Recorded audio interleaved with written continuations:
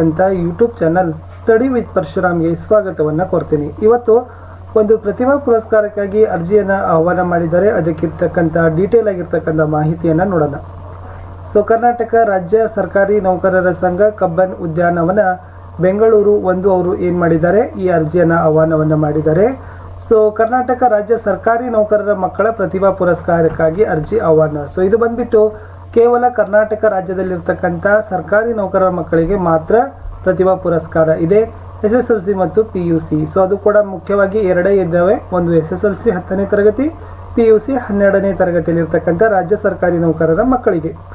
ಆತ್ಮೀಯ ನೌಕರ ಬಾಂಧವರೇ, 2023ನೇ ಸಾಲಿನ SSLC ಮತ್ತು PUC ಪರೀಕ್ಷೆಗಳಲ್ಲಿ 90%ಕ್ಕಿಂತ ಹೆಚ್ಚು, ಸೊ ನೆನಪಿಟ್ಕೊಳ್ಬೇಕು, 90%ಕ್ಕಿಂತ ಹೆಚ್ಚು ಅಂಕವನ್ನು ಗಳಿಸಿರ್ತಕ್ಕಂಥವ್ರಿಗೆ ಮಾತ್ರ ಇದೆ. ಸೊ ಅಂಕ ಪಡೆದ ರಾಜ್ಯ ಸರ್ಕಾರಿ ನೌಕರರ ಮಕ್ಕಳಿಗೆ ಪ್ರತಿಭಾ ಪುರಸ್ಕಾರಕ್ಕಾಗಿ ಆನ್ಲೈನ್ ಮೂಲಕ ಅರ್ಜಿಗಳನ್ನು ಆಹ್ವಾನವನ್ನು ಮಾಡಿದೆ. ಅಂದರೆ ಅವರ ಕುಟುಂಬದವರು ಏನಾಗಿರ್ಬೇಕಂದ್ರೆ ರಾಜ್ಯ ಸರ್ಕಾರಿ ನೌಕರರು ಆಗಿರಬೇಕು. ಈ ಕೆಳಗಿನ ಲಿಂಕ್ ಮುಖಾಂತರ ಅರ್ಜಿಗಳನ್ನು ಸಲ್ಲಿಸಬೇಕು. ಇದು ಲಿಂಕ್ ಇದೆ. ಸೊ ಈ ಥರ ಲಿಂಕನ್ನು ನೀವು ಕೂಡ ಹಾಕಿ ಏನು ಮಾಡ್ಬೋದಪ್ಪ ಅಂತಂದರೆ ಅರ್ಜಿ ಆಹ್ವಾನಿಸ್ಬೋದು. ಅದನ್ನು ಕೂಡ ನಾನು ಲಿಂಕನ್ನು ಪೇಸ್ಟ್ ಮಾಡ್ತೀನಿ.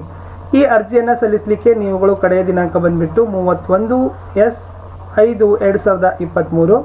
ಸೊ ಹೆಚ್ಚಿನ ಮಾಹಿತಿಗಾಗಿ ಅವರು ಏನು ಮಾಡಿದ್ದಾರೆ, ಅವರದೇ ಆಗಿರ್ತಕ್ಕಂಥ ಒಂದು ಯೂಟ್ಯೂಬ್ ಚಾನಲ್ ಇದೆ, KSGEA ನ್ಯೂಸಲ್ಲಿ. ಸೊ ಯೂಟ್ಯೂಬ್ ಚಾನಲ್ಗೆ ಭೇಟಿ ಕೊಟ್ಟು ತಾವು ಹೇಗೆ ಅರ್ಜಿ ಸಲ್ಲಿಸಬೇಕು ಮತ್ತು ಅದರ ಏನು ನೆಸೆಸಿಟಿ ಇದೆ, ಅಗತ್ಯ ಎಸೆನ್ಷಿಯಲ್ ಡಾಕ್ಯುಮೆಂಟ್ಸ್ಗಳ ಬಗ್ಗೆಯೂ ಕೂಡ ನೋಡ್ಬೋದು. ಸೊ ಏನು ಕೇಳ್ತಾರೆ ಅಂತಂದರೆ, ಸೊ ಫಸ್ಟ್ ಅರ್ಜಿ ಸಲ್ಲಿಸಲಿಕ್ಕೆ ಇರ್ತಕ್ಕಂಥ ಅರ್ಹತೆಗಳು ಎಲಿಜಿಬಿಲಿಟಿಯಲ್ಲಿ, ಸೊ ಒಂದೇದು ಹೇಳಿದ್ದೀವಿ, ತಂದೆ ಅಥವಾ ತಾಯಿ ರಾಜ್ಯ ಸರ್ಕಾರಿ ನೌಕರದ ಇಲಾಖೆಯಲ್ಲಿ ಖಾಯಂ ಸರ್ಕಾರಿ ನೌಕರರು ಆಗಿರಬೇಕು, ಪರ್ಮನೆಂಟ್ ಗೌರ್ಮೆಂಟ್ ಎಂಪ್ಲಾಯ್ ಆಗಿರಬೇಕು, state government father or mother.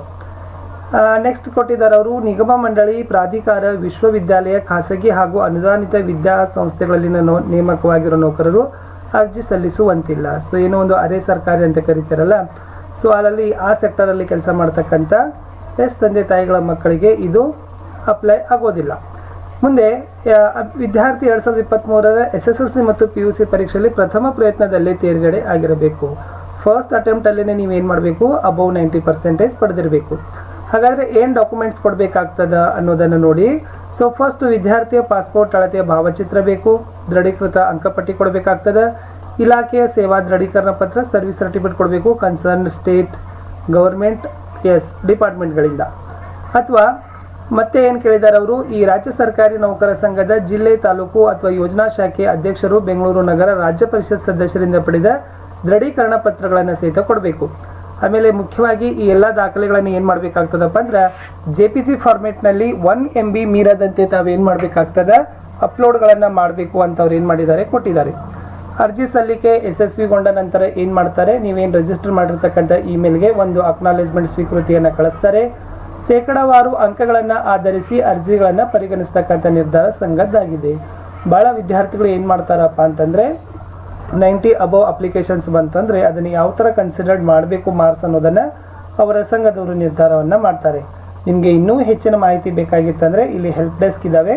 So ಈ ಹೆಲ್ಪ್ ಡೆಸ್ಕ್ನಲ್ಲಿರ್ತಕ್ಕಂಥ ಸಂಖ್ಯೆಗಳಿಗೆ ತಾವು ದೂರವಾಣಿ ಕರೆಗಳನ್ನು ಮಾಡಿ ಹೆಚ್ಚಿನ ಮಾಹಿತಿಗಳನ್ನು ಪಡೀಲಿಕ್ಕೆ ಈ ರಾಜ್ಯ ಸರ್ಕಾರಿ ನೌಕರರ ಸಂಘದವರು ಏನು ಮಾಡಿದ್ದಾರೆ, ಒಂದು ಪತ್ರಿಕಾ ಪ್ರಕಟಣೆಯನ್ನು, ಸೊ ಪ್ರಕಟಣೆಗಳನ್ನು ಪ್ರತಿಭಾ ಪುರಸ್ಕಾರದ ಕುರಿತು ಮಾಹಿತಿಯನ್ನು ಕೊಟ್ಟಿದ್ದಾರೆ.